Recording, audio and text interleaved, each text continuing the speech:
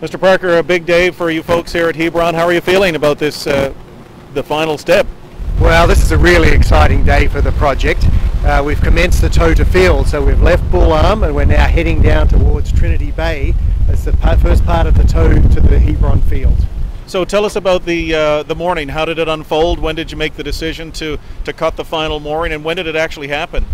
So we did our final checks this morning, checking the weather and the ice conditions, and saw that it was the right conditions for that. And so we then cut the mooring lines around 10 o'clock this morning, and then just after lunch we oriented the platform and started heading out of Bull Arm. Can you talk a little bit about the delay? I mean, we were here on April 18th for the ceremony, the ceremonial chain cutting, but you had to wait about a month. That must have been a costly venture. So we had the platform complete in April, and that was one of our major objectives. And then it was a matter of just sitting around and waiting for the right weather and ice conditions. We did have to wait for a few weeks, but that's just more of the risks that you have to manage on major projects like this. Do you have any idea how much it cost to that month-long delay to have these tugs at the ready for the tow out? Yeah. So as I say, we manage the schedule and cost risks, and that includes the weather and the ice is a big part of doing projects here in Newfoundland. We don't talk about the commercial pieces of the project, but really it's just part of managing the project to be able to handle it, and we're quite happy to be towing now. The important thing to us was to be towing at a time when we knew we could do it safely. We're still on track to be producing oil by the end of 2017, which has been our commitment. We'll start drilling in the summer, and then we'll be producing oil by the end of the year. Can you talk a little bit about the engineering behind moving something that weighs 750,000 metric tons, 700 kilometers? How do you do it? So this is a tremendous engineering feat, and the engineering for the concrete gravity-based structure was done here in the province, and we have a platform there that has a lot of buoyancy from the oil storage tanks, which you can't see because they're underwater. But that's what's providing the buoyancy to support this 750,000 ton structure as it's towed out to the field. Once we get to the field, we'll ballast down the structure by putting water into those tanks, and that will then hold the structure down on the seabed where it will sit throughout its operating life, able to resist ice, wind, waves, and everything else out there on the Grand Banks. How fast is this traveling right now? So at the moment the tow fleet's doing about 1.5 to 2 knots. As it moves out into the open water, it may speed up a little. We're not in any hurry. The important thing is to be able to do it safely. We'll take account in the weather conditions and other things as we move out to the field for the 700 kilometre tow. There are tugs in the front and the back of this platform. Can you tell me a little bit about what they're doing? What role do each one play? So the platform, which you can see behind me, has 8 tow vessels connected to it.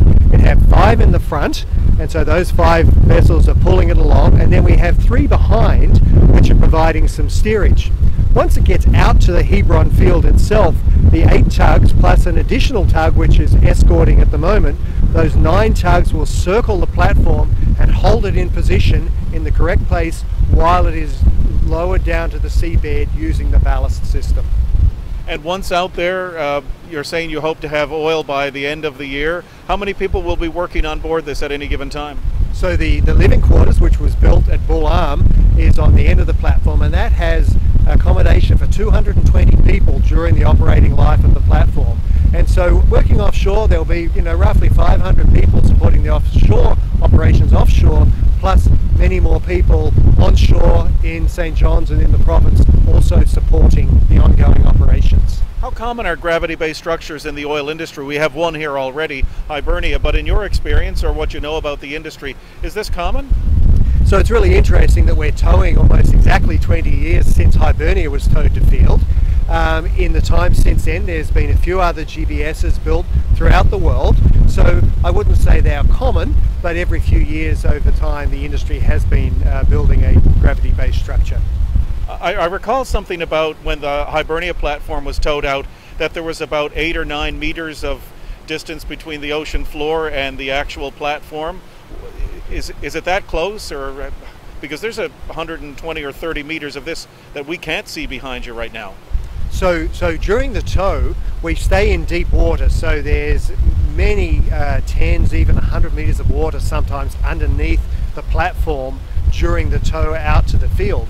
Once we get out near the field, near the Grand Banks, and we approach the Hebron field itself, we'll have 6 metres under keel clearance for that very final approach. So we wait for calm weather and then we move in with that 6 metre clearance and then lower down that final 6 metres to the seabed. And at that point then you start pumping the oil.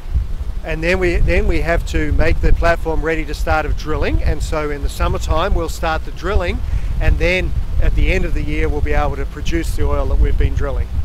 What do you think about on a day like today, when you've been here for quite some time watching this project unfold? You'll be leaving in the next couple of months. What do you think about when you look back on your time in Newfoundland and Labrador?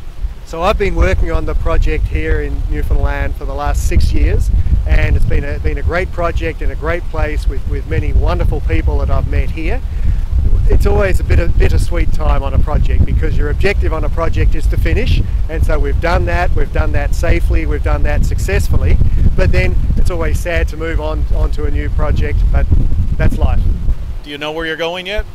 I don't know where I'm going. My focus at the moment is on safely towing to field, getting the platform settled down and safely starting drilling. Mr. Parker, thanks for your time. Good luck. Congratulations. Thanks very much, Fred.